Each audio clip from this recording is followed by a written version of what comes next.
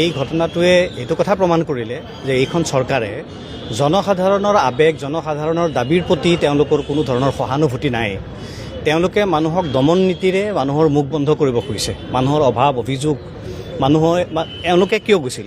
এখেতসকল গৈছিল ৰাজ্যপালক, ৰাজ্যৰ সাংবিধানিক মুৰব্বীগৰাকীক মনৰ ক্ষোভৰ কথা, ৰাইজৰ সমস্যাৰ কথা অৱগত কৰিবৰ কাৰণে। ৰাইজৰ মনৰ কথা যদি ৰাজ্যপালকেই অৱগত কৰিব নোৱাৰে, ৰাস্তাত যদি পুলিচে বাধা দিয়ে আৰু এনেকৈ মানুহক মাৰি পেলায়, তেতিয়াহ'লে এইখন দেশত গণতন্ত্ৰৰ অৱস্থাটো কি সহজে অনুমেয়। দুৰ্ভাগ্যজনক ঘটনা। নিন্দা কৰিছোঁ। আমাৰ অসম জাতীয় পৰিষদৰ মাননীয় সভাপতি লুৰিণজ্যোতি গগৈ ডাঙৰীয়া গুৱাহাটীত নাই, সাধাৰণ সম্পাদক ডাঙৰীয়া গুৱাহাটীত নাই। তেখেতসকলে আমাক পঠিয়াইছে, আমি এটা কেন্দ্ৰীয় সমিতিৰ প্ৰতিনিধি দল আহিছোঁ। আমি তেখেতসকলৰ লগত ইয়াতে মৃতদেহটো আহি পালে আমি কণ্ডলেঞ্চ জনাম, শ্ৰদ্ধাঞ্জলি জনাম আৰু কংগ্ৰেছৰ মানুহখিনিক আমি সহমৰ্মিতাটো প্ৰকাশ কৰিবৰ কাৰণে, সহযোগিতাটো প্ৰকাশ কৰিবৰ কাৰণে আমি ইয়াত আহি উপস্থিত হৈছোঁ। পৰিকল্পিত হত্যা বুলি ক'ব পাৰি? সেইটো তদন্তত ওলাব। কিন্তু পুলিচে যিটো কাম আজি কৰিলে, সেই কামটোৱে চৰকাৰৰ মুডটোক ৰিফ্লেক্ট কৰিছে। চৰকাৰখন যে দমনমূলক নীতি তেওঁলোকে অৱলম্বন কৰিছে, জনসাধাৰণৰ আৱেগ অনুভূতিৰ তেওঁলোকৰ ওচৰত যে কোনো মূল্য নাই, তেওঁলোকে যে মানুহৰ মুখখন দমন কৰি পেলাই বন্ধ কৰিব খুজিছে, মানুহৰ আৱেগবোৰ যে দমন কৰি পেলাই বন্ধ কৰিব খুজিছে। যিসকল সাংবাদিকে এই প্ৰতিবাদীসকলৰ মনৰ খবৰ ৰাইজলৈ পঠিয়াই আজি সাংবাদিকসকলৰ ওপৰতো টিয়াৰ গেছ নিক্ষেপ কৰিছে। ইয়াতকৈ দুৰ্ভাগ্যজনক কি কথা হ'ব পাৰে? কেইবাগৰাকী সাংবাদিক মানে অসুস্থ হৈ পৰিছে। এইটো ইমান ডাঙৰ অন্যায়। আমি ক'ত আছোঁ? কোনখন দেশত আমি বসবাস কৰি আছোঁ? এইবোৰতো আমি আগতে দেখিছিলোঁ হিটলাৰী শাসন ব্যৱস্থাৰ অংশস্বৰূপ। ইয়াৰ আগতে এনেকুৱা ধৰণৰ হিটলাৰী শাসন, এনেকুৱা ধৰণৰ দমন নীতি যিমান সাহসে কৰিছে, সেয়া লাগিলে অসমতে হওক, ভাৰতৰ অন্য ৰাজ্যতে হওক, অতি শীঘ্ৰে সেই চৰকাৰৰ পতন হৈছে, সেই শাসকৰ ৰাজনৈতিক পতন হৈছে। আৰু এয়া আমি বিশ্বাস কৰোঁ হিমন্ত বিশ্ব শৰ্মা ডাঙৰীয়াৰ চৰকাৰৰ এয়া পতনৰ আৰম্ভণি। মানুহৰ মনৰ ক্ষোভ আপুনি টিয়াৰ গেছেৰে মৰীখন কৰিব নোৱাৰে। আপুনি মানুহৰ অভিযোগৰ, মানুহৰ ক্ষোভৰ মোকাবিলা কৰক কামেৰে। তেওঁলোকে সেইটো কৰা নাই।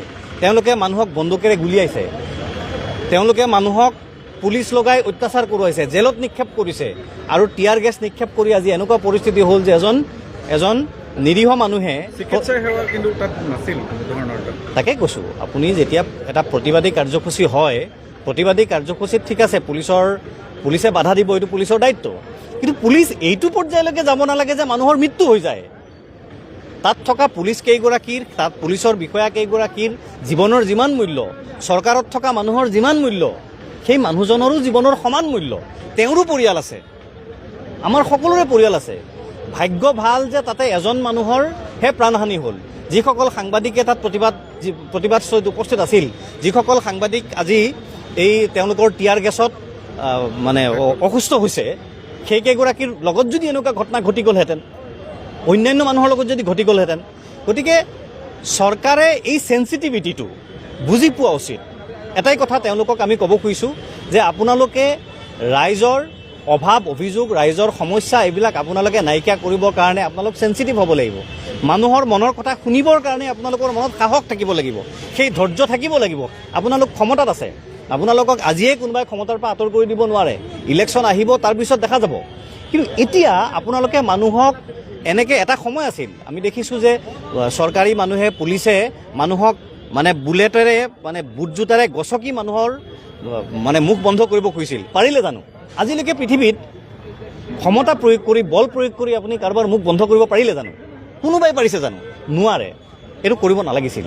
বেয়া কাম কৰিছে, গৰিহণাযোগ্য কাম কৰিছে আৰু এটা পৰিয়ালক নিথৰুৱা কৰিছে। এই পৰিয়ালটোৰ যিটো বেদনা, সেই বেদনাটো এই চৰকাৰখনে কোনোদিন মূল্য দিব পাৰিবনে? নোৱাৰে। উচিত হোৱা নাই, জঘন্য কাম কৰিছে এইটো।